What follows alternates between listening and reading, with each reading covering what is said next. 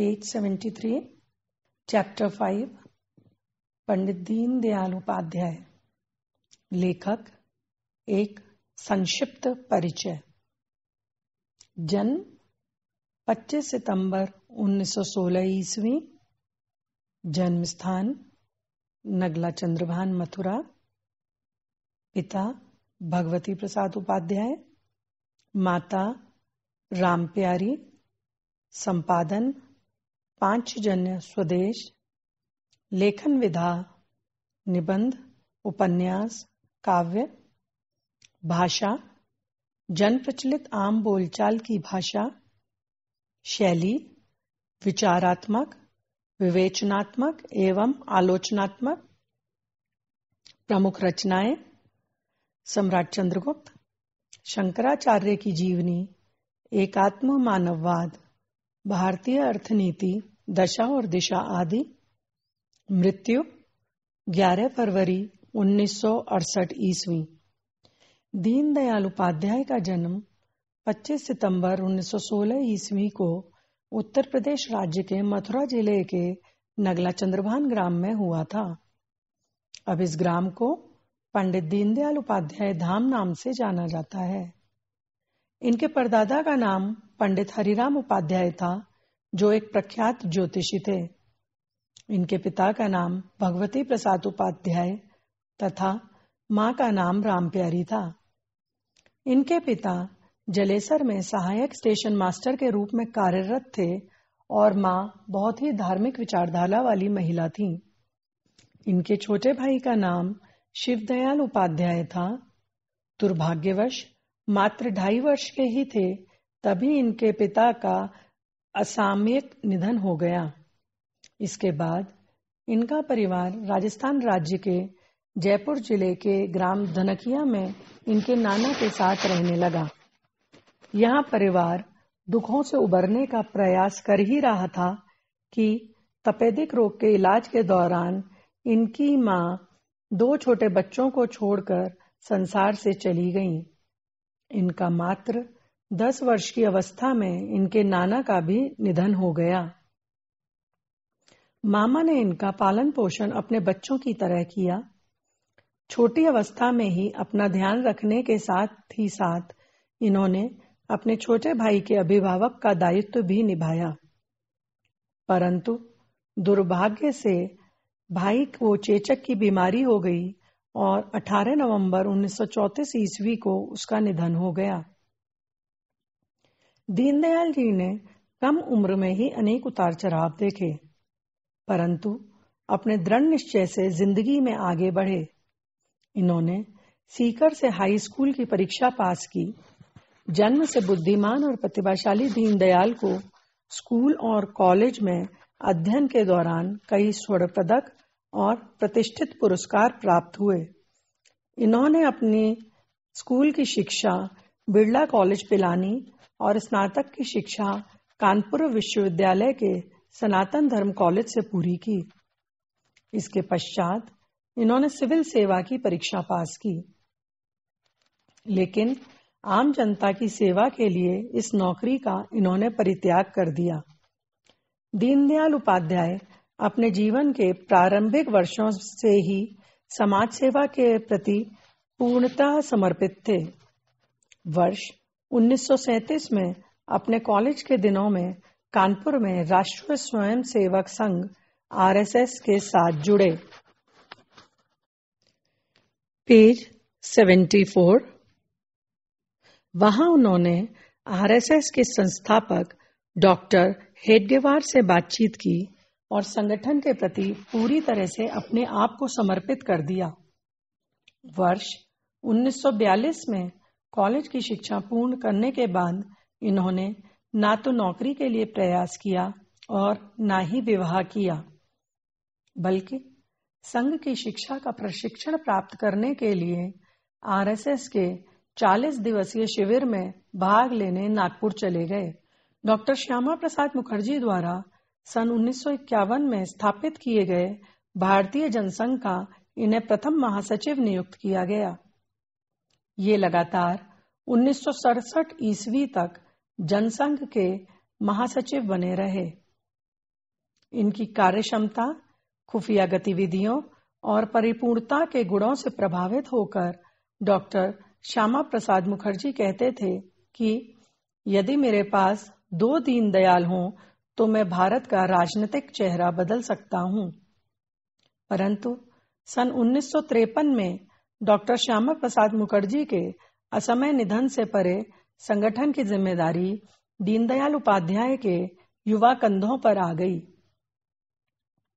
भारतीय जनसंघ के 14वें वार्षिक अधिवेशन में दीनदयाल उपाध्याय को दिसंबर 1967 ईस्वी में कालीकट में जनसंघ का अध्यक्ष निर्वाचित किया गया। 11 फरवरी 1968 ईस्वी को इनका देहावसान हो गया। कहा जाता है कि मुगलसराय रेलवे स्टेशन पर इनका निष्प्राण शरीर पाया गया था। दीनदयाल उपाध्याय एक चर्चित पत्रकार भी थे। उपाध्याय के अंदर की पत्रकारिता तब प्रकट हुई जब इन्होंने लखनऊ से प्रकाशित होने वाली मासिक पत्रिका राष्ट्र धर्म में वर्ष 1940 के दशक में कार्य किया। अपने आरएसएस के कार्यकाल के दौरान इन्होंने एक साप्ताहिक समाचार पत्र पांचजन्य और एक दैनिक समाचार पत्र स्वदेश का संपादन भी किया था। इन्होंने नाटक चंद्रगुप्त मौर्य और हिंदी में शंकराचार्य की जीवनी लिखी। इन्होंने राष्ट्रीय स्वयंसेवक संघ के संस्थापक डॉक्टर के.बी. हेडगेवार की जीवनी का मराठी से हिंदी में अनुवाद किया। इनकी प्रसिद्ध साहित्यिक कृतियों में सम्राट चंद्रगुप्त, जगतगुरु शंकराचार्य, अखंड भारत क्यों, राष्ट्र जीवन की समस्याएं, राष्ट्र चिंतन और राष्ट्र जीवन की दिशा आदि हैं। पेज 75। प्रगति के मानदंड, सिद्धांत और नीति के संपादित अंश। जन्म लेने वाले प्रत्येक व्यक्ति के भरण पोषण की, उसके शिक्षण की, जिससे वह समाज के एक जिम्मेदार घटक के नाते अपना योगदान करते हुए अपने विकास में समर्थ हो सके, उसके लिए स्वस्थ एवं क्षमता की अवस्था में जीविकोपार्जन की, और यदि किसी भी कारण वे संभव ना हो तो भरण पोषण की तथा उचित अवकाश की व्यवस्था करने की जिम्मेदारी समाज की है। प्रत्येक सभ्य समाज इसका किसी न किसी रूप में निर्वाह करता है। प्रगति के यही मुख्य मानदंड हैं। अतः न्यूनतम जीवन स्तर की गारंटी, शिक्षा, जीविकोपार्जन के लिए रोजगार, सामाजिक सुरक्षा और कल्याण को हमें मूलभूत अधिकार के रूप में स्वीकार करना होगा। एकात्म मानववाद। हमारी संपूर्ण व्यवस्था का केंद्र मानव होना चाहिए, जो यत पिंडे तद ब्रह्मांडे के न्याय के अनुसार समष्टि का जीवमान प्रतिनिधि एवं उसका उपकरण है। भौतिक उपकरण मानव के सुख के साधन हैं, साध्य नहीं। जिस व्यवस्था में भिन्न रुचि लोक का विचार केवल एक औसत मानव से अथवा शरीर, मन, बुद्धि, आत्मायुक्त अनेक ऐषणाओं से प्रेरित पुरुषार्थ चतुष्टयशील पूर्ण मानव के स्थान पर एकांगी मानव का ही विचार किया जाए, वह अधूरी है। हमारा आधार एकात्म मानव है, जो अनेक एकात्म मानववाद, इंटीग्रल ह्यूमनिज्म के आधार पर हमें जीवन की सभी व्यवस्थाओं का विकास करना होगा। आह्वान। भारत के अधिकांश राजनीतिक दल पाश्चात्य विचारों को लेकर ही चलते हैं। वे वहां किसी न किसी राजनीतिक विचारधारा से संबंध एवं वहां के दलों की अनुकृति मात्र हैं। वे भारत की मनीषा को पूर्ण नहीं कर सकते और न चौराहे पर खड़े विश्व मानव का मार्गदर्शन कर सकते हैं। भारतीय संस्कृति के प्रति निष्ठा लेकर चलने वाले भी कुछ राजनीतिक दल हैं, किंतु वे भारतीय संस्कृति की सनातनता को उसकी गतिहीनता समझ बैठे हैं और इसलिए बीते युग की रूढ़ियों अथवा यथास्थिति का समर्थन करते हैं। संस्कृति के क्रांतिकारी तत्व की ओर उनकी दृष्टि नहीं जाती। वास्तव में समाज में प्रचलित अनेक कुरीतियां जैसे छुआछूत, जाति भेद, दहेज, मृत्यु भोज, नारी अवमानना आदि भारतीय संस्कृति और समाज के स्वास्थ्य की सूचक नहीं बल्कि रोग के लक्षण हैं। भारत के अनेक महापुरुष जिनकी भारतीय परंपरा और संस्कृति के प्रति अनन्य निष्ठा थी, इन बुराइयों के विरुद्ध लड़े। आज के अनेक आर्थिक और सामाजिक विधानों की हम जांच करें तो पता चलेगा कि वे हमारी सांस्कृतिक चेतना के क्षीण होने के कारण युगानुकूल परिवर्तन और परिवर्धन की कमी से बनी हुई रूढ़ियों, परकियों के साथ संघर्ष की परिस्थिति से उत्पन्न मांग को पूरा करने के लिए अपनाए गए उपाय अथवा परकियों द्वारा थोपी गई या उनका अनुकरण कर स्वीकार गई व्यवस्थाएं मात्र हैं। भारतीय संस्कृति के नाम पर उन्हें जिंदा रखा जा सकता है।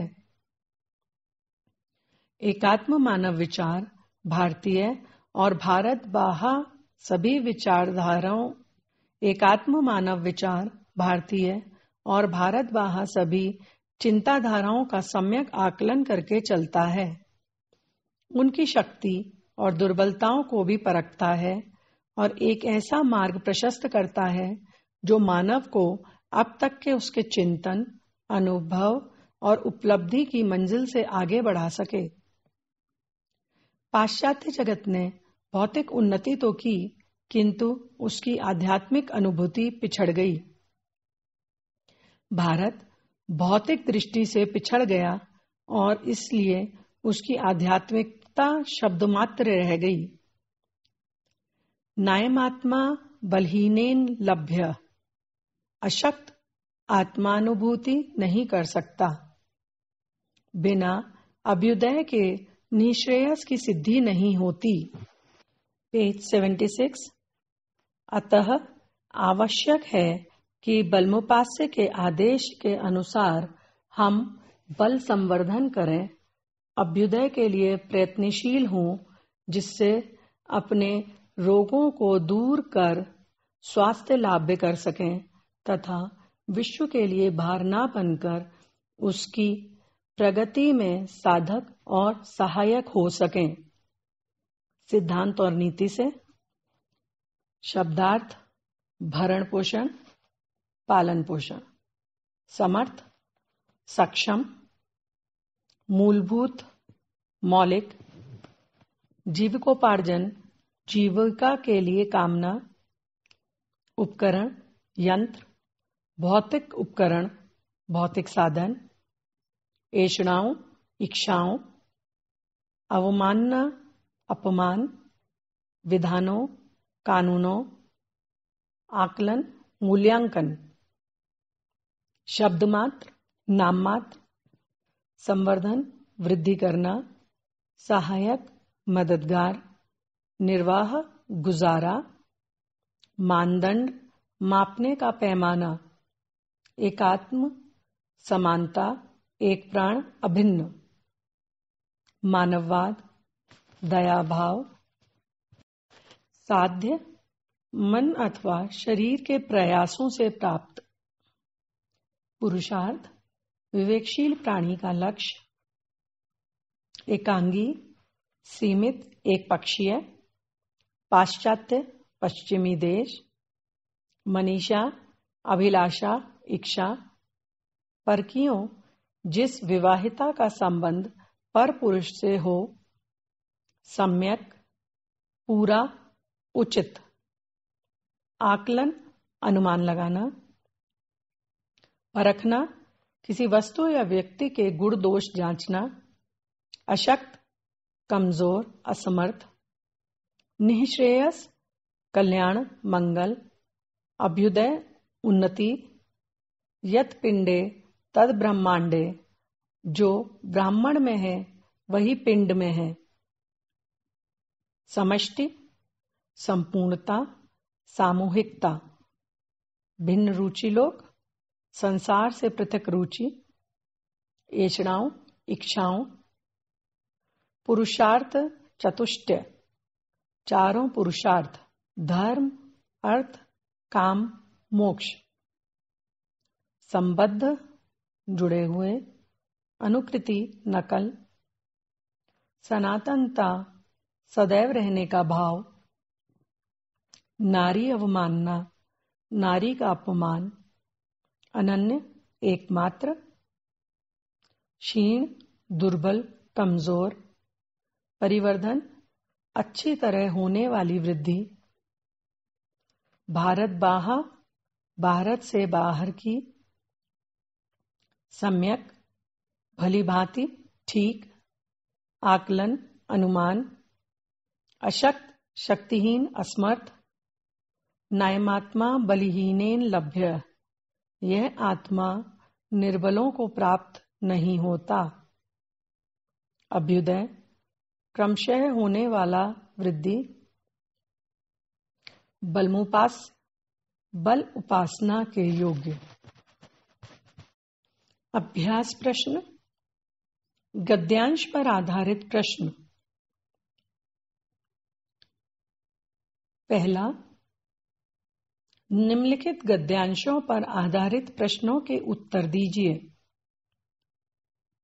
क, हमारी संपूर्ण व्यवस्था का केंद्र मानव होना चाहिए, जो यत् पिंडे तद ब्रह्मांडे के न्याय के अनुसार समष्टि का जीवमान प्रतिनिधि एवं उसका उपकरण है।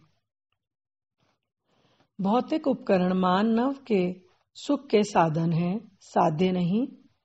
जिस व्यवस्था में भिन्न रुचि लोग का विचार केवल एक औसत मानव से अथवा शरीर, मन, बुद्धि, आत्मायुक्त अनेक ऐषणाओं से प्रेरित पुरुषार्थ चतुष्टयशील पूर्ण मानव के स्थान पर एकांगी मानव का ही विचार किया जाए, वह अधूरी है। हमारा आधार एकात्म मानव है, जो अनेक एकात्म मानववाद के आधार पर हमें जीवन की सभी व्यवस्थाओं का विकास करना होगा। प्रश्न पहला, उपयुक्त गद्यांश के लेखन एवं पाठ का नाम लिखिए। दूसरा, लेखक के अनुसार भौतिक उपकरण मानव के लिए क्या हैं?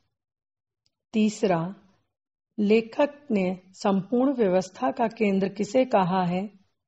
चौथा, भौतिक उपकरण के विषय में लेखक के क्या विचार हैं? पांचवा, गद्यांश के रेखांकित अंश की व्याख्या कीजिए। ख, पाश्चात्य जगत ने भौतिक उन्नति तो की, किंतु उसकी आध्यात्मिक अनुभूति पिछड़ गई। भारत भौतिक दृष्टि से पिछड़ गया और इसलिए उसकी भारत भौतिक दृष्टि से पिछड़ गया और इसलिए उसकी आध्यात्मिकता शब्द मात्र रह गई। नायमात्मा बलिहीनेन लभ्य, अशक्त आत्मानुभूति नहीं कर सकता। बिना अभ्युदय के निश्रेयस की सिद्धि नहीं होती। अतः आवश्यक है कि बलमुपास्य के आदेश के अनुसार हम बल संवर्धन करें, अभ्युदय के लिए प्रयत्नशील हों, जिससे अपने रोगों को दूर कर स्वास्थ्य लाभ कर सकें तथा विश्व के लिए भार न बनकर उसकी प्रगति में साधक और सहायक हो सकें। प्रश्न पहला, उपयुक्त गद्यांश का संदर्भ लिखिए। दूसरा, पाश्चात्य जगत ने किस क्षेत्र में उन्नति की? तीसरा, उपयुक्त गद्यांश में किस बात को व्यक्त किया गया है? चौथा, लेखक ने भारत के संदर्भ में क्या कहा है? पांचवा, गद्यांश के रेखांकित अंश की व्याख्या कीजिए। पेज 77।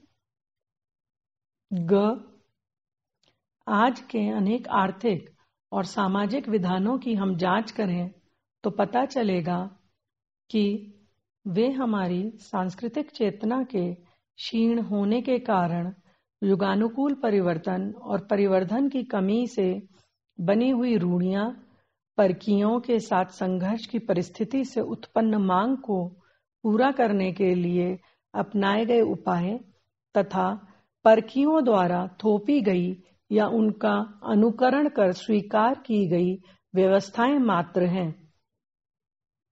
भारतीय संस्कृति के नाम पर उन्हें जिंदा रखा जा सकता। प्रश्न 1, उपयुक्त गद्यावतरण का संदर्भ लिखिए अथवा गद्यांश के पाठ एवं लेखक का नाम लिखिए। दूसरा, रेखांकित अंश की व्याख्या कीजिए। तीसरा, भारतीय नीतियां एवं सिद्धांत किस प्रकार विदेशियों की नकल मात्र बनकर रह गए हैं। चौथा, समय के अनुरूप परिवर्तन एवं विकास न होने का प्रमुख कारण क्या है। पांचवा, भारत की सांस्कृतिक चेतना के कमजोर होने का प्रमुख कारण क्या है। घ, जन्म लेने वाले प्रत्येक व्यक्ति के भरण पोषण की, उसके शिक्षण की, जिससे वह समाज के एक जिम्मेदार घटक के नाते अपना योगदान करते हुए अपने विकास में समर्थ हो सके, उसके लिए स्वस्थ एवं क्षमता की अवस्था में जीवोपार्जन की ओर यदि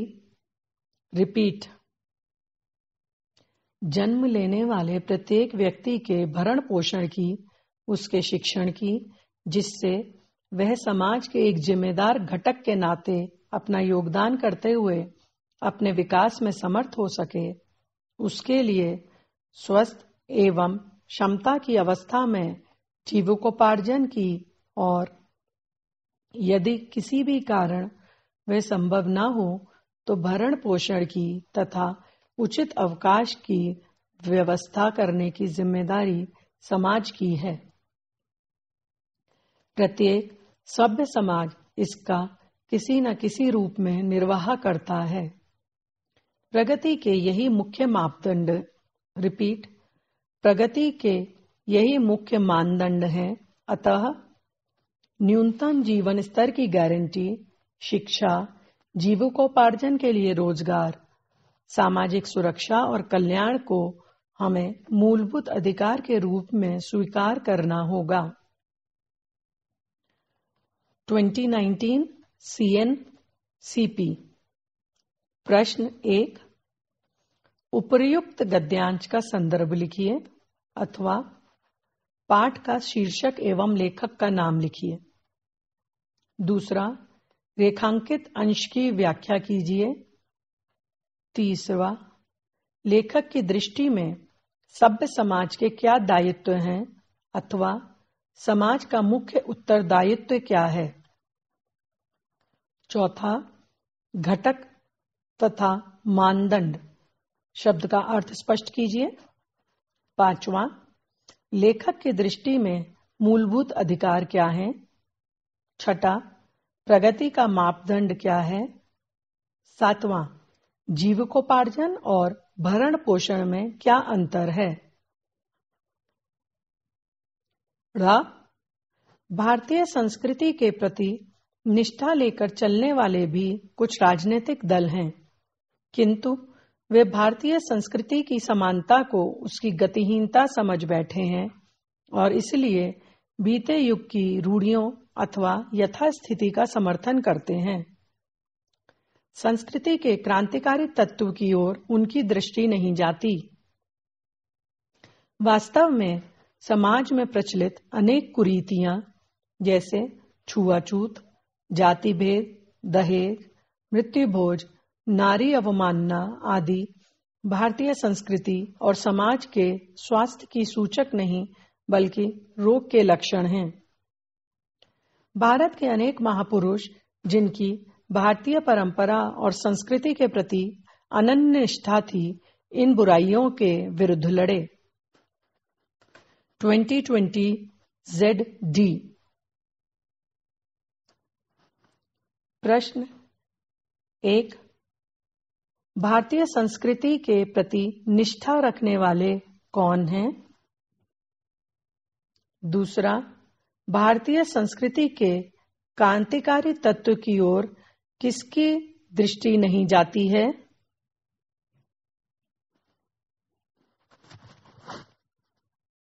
तीसरा, समाज में प्रचलित कुरीतियों को लेखक ने क्या माना है?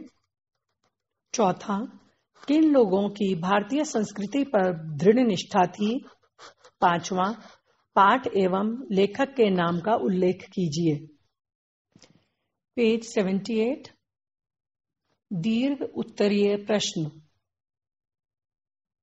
पहला, पंडित दीनदयाल उपाध्याय का जीवन परिचय देते हुए उनकी कृतियों का उल्लेख कीजिए। 2019 CL CO 20 ZC ZD ZF। दूसरा, पंडित दीनदयाल उपाध्याय का साहित्यिक परिचय दीजिए अथवा पंडित दीनदयाल उपाध्याय का साहित्यिक परिचय देते हुए उनकी कृतियों का उल्लेख कीजिए। तीसरा, प्रगति के मानदंड पाठ का सारांश अपने शब्दों में लिखिए। चौथा, निम्नलिखित सूक्तियों की ससंदर्भ व्याख्या कीजिए। का, हमारी संपूर्ण व्यवस्था का केंद्र मानव होना चाहिए। ख, पाश्चात्य जगत ने भौतिक उन्नति तो की किंतु उसकी आध्यात्मिक अनुभूति पिछड़ गई। लघु उत्तरीय प्रश्न। पहला, हमारी संपूर्ण व्यवस्था का केंद्र बिंदु क्या होना चाहिए? दूसरा, समाज की प्रमुख जिम्मेदारी क्या है? तीसरा, भारत के अधिकांश राजनीतिक दल किस विचारधारा से प्रभावित हैं? चौथा, हमें अभ्युदय के लिए क्यों प्रयत्नशील होना चाहिए? पांचवा, भारतीय राजनीतिक दल भारतीय संस्कृति की सनातनता को क्या मानते हैं?